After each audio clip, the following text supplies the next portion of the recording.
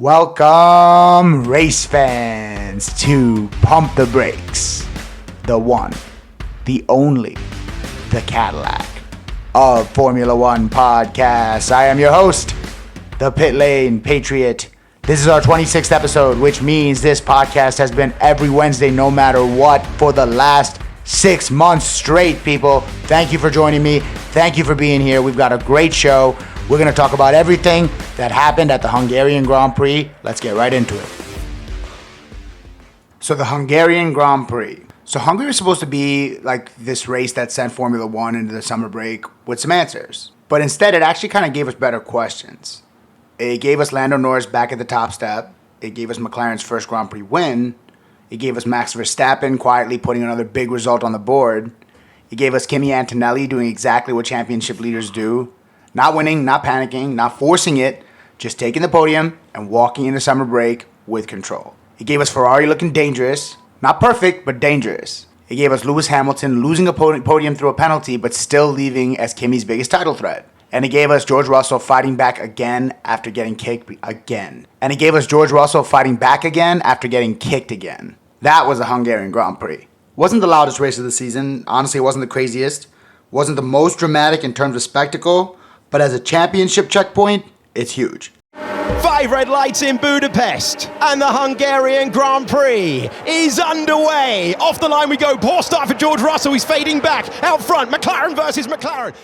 So as a lot of you already know, Formula One is taking a break in August, as it does every year. So this is the last race before summer break. So it's the one that everyone sits with. Drivers, teams, fans, race engineers, strategists, everybody. There's no next 7 days where you immediately wash the bad taste out of your mouth and go straight back to racing. Whatever happened in Hungary now echoes for weeks. And what happened in Hungary was that Lando Norris won the race. But Kimi Antonelli won the first half of the season. That's the headline. Lando Norris won the Hungarian Grand Prix, but Kimi Antonelli won the first half. And that matters because this race gives us two different stories at once. The race story is McLaren. The championship story is Mercedes and Ferrari. Now let's start with the race story. Lando Norris absolutely needed this. McLaren needed this. For a while now, McLaren have been just too good to dismiss and not good enough to fear at all. They've been competitive. They've scored points. They've been around the front, but they have not felt like a team controlling the temperature of the season at all. Mercedes have had that role. Ferrari is sneaking into that role, but they have still have some work to do. Even Red Bull has managed to make real progress behind Max Verstappen pushing that car. So, no pun intended, but for this race, McLaren were pretty hungry.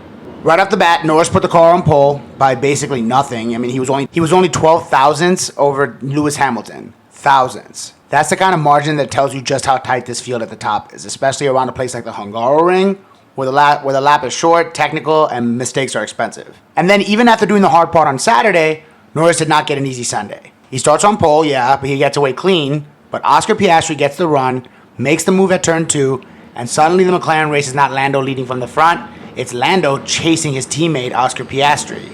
And that's where the race becomes fascinating, because Hungary's not Spa. You don't sit behind someone. You don't just hit a straight, open the rear wing, and cruise by like it's easy. The Hungaroring makes you work. Dirty air hurts. Track position matters. Once the lead is gone, especially to your teammate in the same car, you are not just racing the opponent. You are racing the team dynamic. McLaren had a real problem on its hands. I mean, it's a good problem, but it's a real problem. Piastri had track position. Norris believed he had more pace. The team had to manage the situation without turning a 1-2 opportunity into a civil war. And for a while, it looked like this might be Oscar Piastri's race. He got the lead, and he held the lead. Norris was pretty frustrated behind him. You could feel the tension building over the radio. Like, Norris was basically saying on the radio, I'm faster, I can go win this race. McLaren, understandably, were not exactly thrilled about pulling out the leader of the race just because the second car felt faster. It's not an easy call. If they move Piastri aside too early, they risk alienating Oscar. If they move Norris behind too long, they risk losing the best chance to actually win this race. And this is where just straight up racing gave them the answer. Piastri's race started to unravel. He stops, he hits traffic, he gets tangled with Carlos Sainz while blue flags are in play. Norris, on the other hand, gets clean air. Norris starts flying, and once Norris had the chance to stretch his legs, the whole race completely shifted. That was a turning point. Not some dramatic wheel-to-wheel pass for the lead, not some clean team orders moment, not strategy masterclass that looked obvious from lap 1. It was one of those hungry races where 5 different little things added up until the race suddenly, completely flipped. And once Norris had control, he did not waste it. He drove like a world champion. And that matters because, yes, Lando Norris is the reigning world champion. But 2026 has not felt like a title defense so far. It felt like a season where the champion is trying to drag himself and his team back into relevance while the championship fight moves ahead without him. Hungary gave Lando some oxygen, gave the team some oxygen. So it wasn't just a win, it was a reminder. It was a reminder that when the car is there, Lando is still the guy. And I loved his quote after the race because he basically admitted the car felt horrible at times, but it was quick. Honestly, it's such a perfect 2026 Formula One sentence. The car felt horrible, but it was quick. That is this era of Formula One in one line. The car felt horrible, but it was quick. The drivers may not love the feel of these cars, the energy management, the balance shifts, the way the car behaves. A lot of them have complaints. But at the end of the day, if the stopwatch is saying that the car is fast, you kind of take it, and Norris took it all the way to the win. So for McLaren, Hungary was a huge success. But it's not a perfect success, because Oscar Piastri retiring with a gearbox issue really hurts. Badly. I mean, think about it. This could have been a monster weekend for McLaren. This could have been a 1-2 at the top. Could have been the cleanest possible statement before the break. Instead, Norris wins, yeah, but Piastri watches the final laps from the sideline because he DNFs. For Piastri, that's brutal. It's one thing to have a bad weekend where you never had the pace. It's another thing to lead the race, have the opportunity right in front of you, and then watch your teammate win while your own car doesn't even finish. It's the kind of race that follows you into the summer break. And I actually think that this is one of the biggest second half questions for McLaren. Can they get both cars into the fight cleanly? Because Norris winning is huge, but if McLaren want to be more than an occasional race winner in the second half, they actually need Piastri with him. They need double scorers. They need clean execution. They need to turn the pace into team results. They need to turn the pace into team results, not just one driver moments. But we still don't miss the big point. McLaren did win. The reigning world champion finally got his first Grand Prix win of 2026. And now the second half starts with McLaren feeling alive again. Now Max Verstappen. Second place in Hungary might not sound like a headline if you're judging Max Verstappen by Max Verstappen standards. But this is a big result. Because Red Bull have had such a weird season. It wasn't catastrophic, it's not irrelevant, but it's weird. They don't have the dominant machine that they had over the last few years. They're not walking into every weekend with an obviously best car. They've had car confidence issues, performance questions, and just general Red Bull noise around the entire project. Things haven't been easy. Then they went to Spa, and they got a podium. Now they go to Hungary, a completely different track than Spa, and Max finishes in second. Which matters because Spa and Hungary, as I've said, are not the same test. Spa being long, straight, huge speed, commitment, energy deployment. Hungary, tight, twisty, technical. So when Verstappen puts together two strong results at both, that tells you that the Red Bull car might not be fully fixed, but it's starting to stabilize. And with Max, stability is dangerous because he does not need the car to be perfect to be a problem. He just needs the car to be good enough. If Red Bull can give him something that he can trust, something that lets him attack instead of survive, he's always going to take points away from somebody. And that's why this matters for the championship, even if Max is not in the championship as the favorite. He can still shape the championship. He can still take points off of Hamilton, off Russell, off Leclerc, and off Norris. He can even take points off Antonelli if Red Bull finds a little more. This is the Verstappen problem for everyone. Verstappen is here, and when he can fight, he fights. And if you ever need an instruction, a race to show you not to give up in Formula One, here's second place for Max Verstappen, who just refused to leave the fight. So Kimi Antonelli, third place. This is why I keep saying that this kid is driving like a championship leader. Because not every championship weekend is a dominant win. Not every championship weekend is Spa, where you take the pole and then you convert. Not every championship weekend is a highlight reel. Sometimes a championship weekend is take the penalty, start lower than ideal, manage the race, don't get dragged into something stupid, beat the people you need to beat, and leave with a podium. And that's exactly what Antonelli did. He didn't win Hungary, he didn't need to. Finished third, he protected his lead, he goes into the summer break with 219 points, 50 clear off of Hamilton, and 59 clear off of George Russell, which is not a small advantage anymore. It's a real championship lead. The most impressive thing about Antonelli right now is not just the speed. We already know he's fast. 6 Grand Prix wins by the summer break tells you he's fast. Poles, wins, podiums, talent's obvious. What impresses me is the way that he's starting to understand the shape of a title fight. There are races where you attack, there are races where you survive. There are races where second or third is basically a win because your rivals didn't take enough out of you. Hungary was one of those races. Could he have wanted more? Of course. Could Mercedes have wanted more? Absolutely. But if you're Kimi Antonelli and you're going to the summer break 50 points clear of Lewis Hamilton, then that's a successful Sunday. But this is where the whole season changes. Because the second half is no longer about whether Antonelli can get into a title fight. He is the title fight. Everybody else is chasing him. And that changes how you race. Hamilton needs to attack. Russell needs to attack. Ferrari needs to attack. McLaren needs to attack. Red Bull needs to attack. Antonelli can be selective. He can pick his spots. He can take podiums, he can avoid unnecessary risk, he can let everyone behind him fight each other while he keeps stacking points, as he did in Hungary. It's a pretty powerful position to be in, but it's also a new pressure because now he has something to lose. This is now the next test. The first half proved he can win. Now the second half has proven if he can carry the weight. The person now putting the most pressure on him is Hamilton. Not Russell, not Leclerc, not Norris, Lewis Hamilton, the GOAT. Hamilton finished 5th in Hungary, and that sounds strange to say after I just called him the GOAT, because if you look at Hungary in isolation, 5th is not enough. 5th with a pit lane speeding penalty is not a championship statement. 5th after starting with a chance to be right at the front is frustrating. But the title picture is bigger than one finishing position. He is 50 points behind Antonelli in the championship fight. Ferrari are coming. He has already won in Ferrari Red. He has the experience of every possible championship situation, and if anyone in this field knows how to turn the second half into a pressure campaign, it's Lewis Hamilton. This is why he's Kimi's biggest threat right now. The Hungarian Grand Prix itself was messy for him, no way around it. He qualified brilliantly, close enough to pole that you could feel the missed opportunity. Then the grid penalty hurt. He starts lower than he should. Ferrari puts him on the soft tire early. He's in the fight with Verstappen. He has moments where it looks like the podium is possible. Then the strategy gets complicated. The virtual safety car reshuffles things, and the pit lane speeding penalty kills the podium chance. Painful for Hamilton. Because he honestly wasn't that far from Antonelli on the track. He was right there. And instead of going to the break with a podium and maybe a little more pressure on Antonelli, he goes into the break 5th. Then after the penalty, Leclerc is classified ahead of him.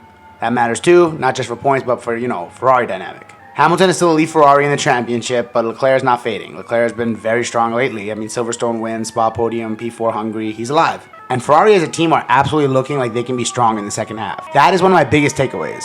Ferrari did not win Hungary, but look at the trend. Hamilton wins in Spain, Leclerc wins at Silverstone, Hamilton second at Spa, both Ferraris top 5 in Hungary. The constructors' gap to Mercedes is now 72 points. It's not tiny, but it's not impossible.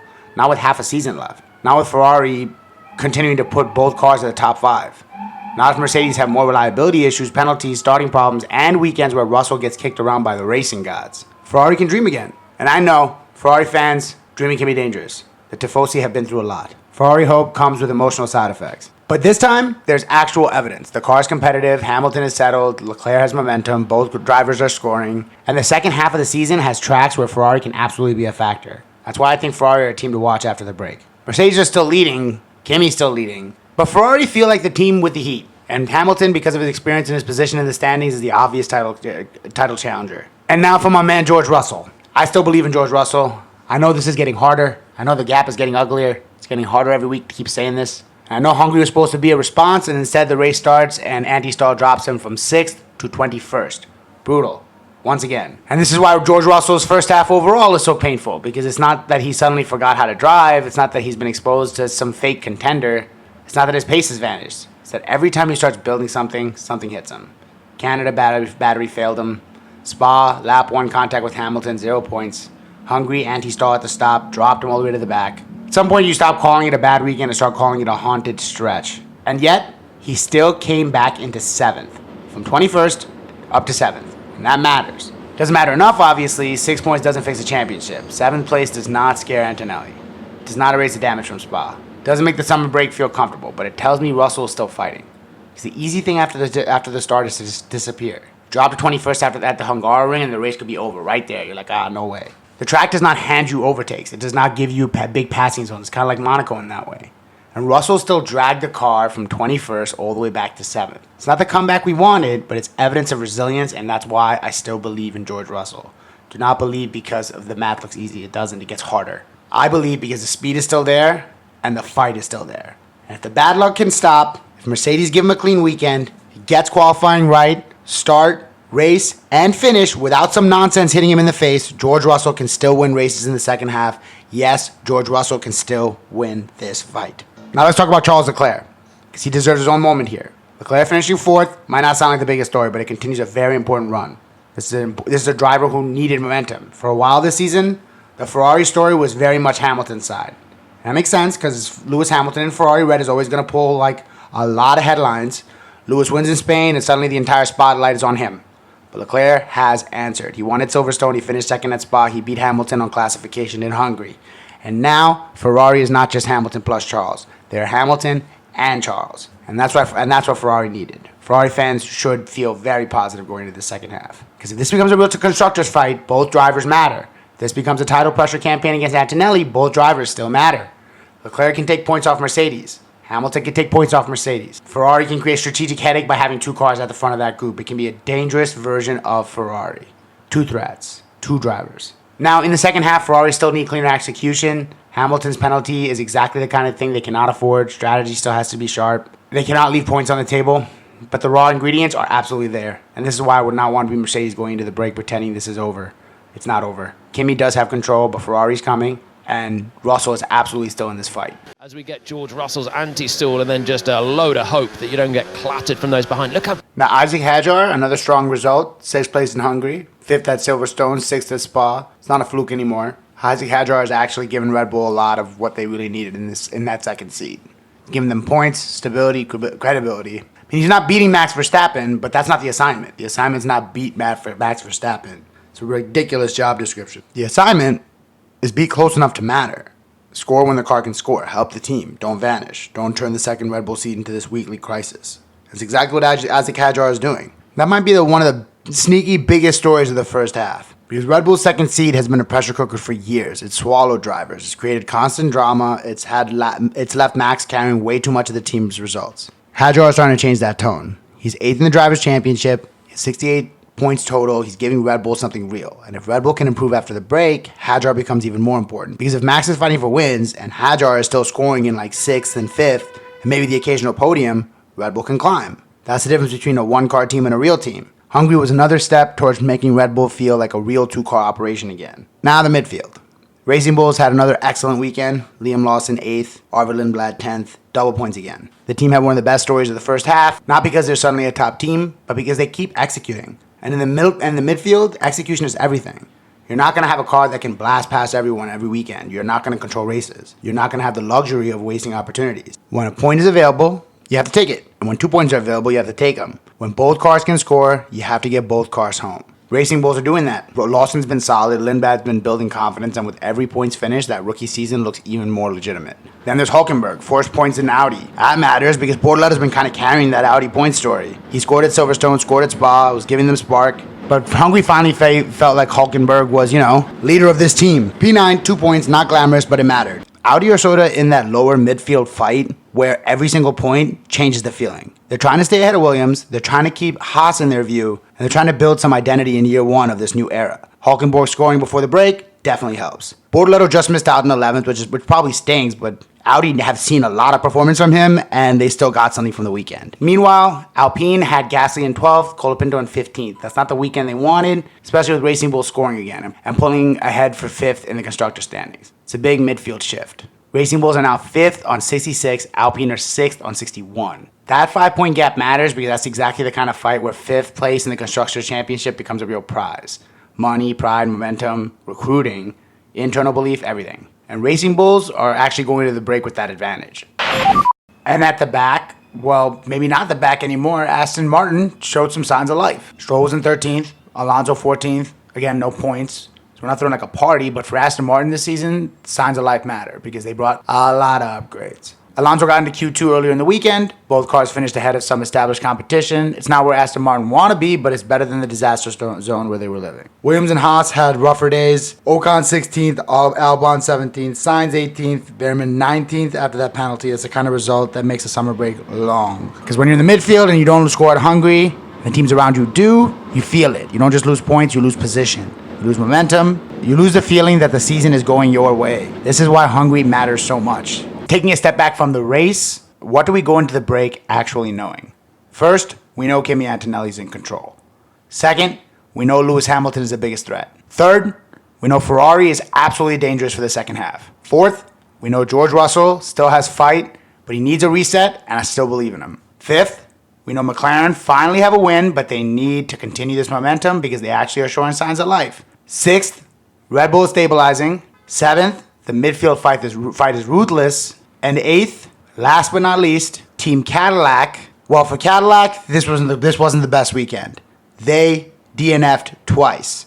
There's a lot to talk about, but we've got an entire 3-week break to go over it. So join us next week where we will go over everything that's happened in the first half of the season and all of its implications, specifically as they pertain to your Team Cadillac. See you then.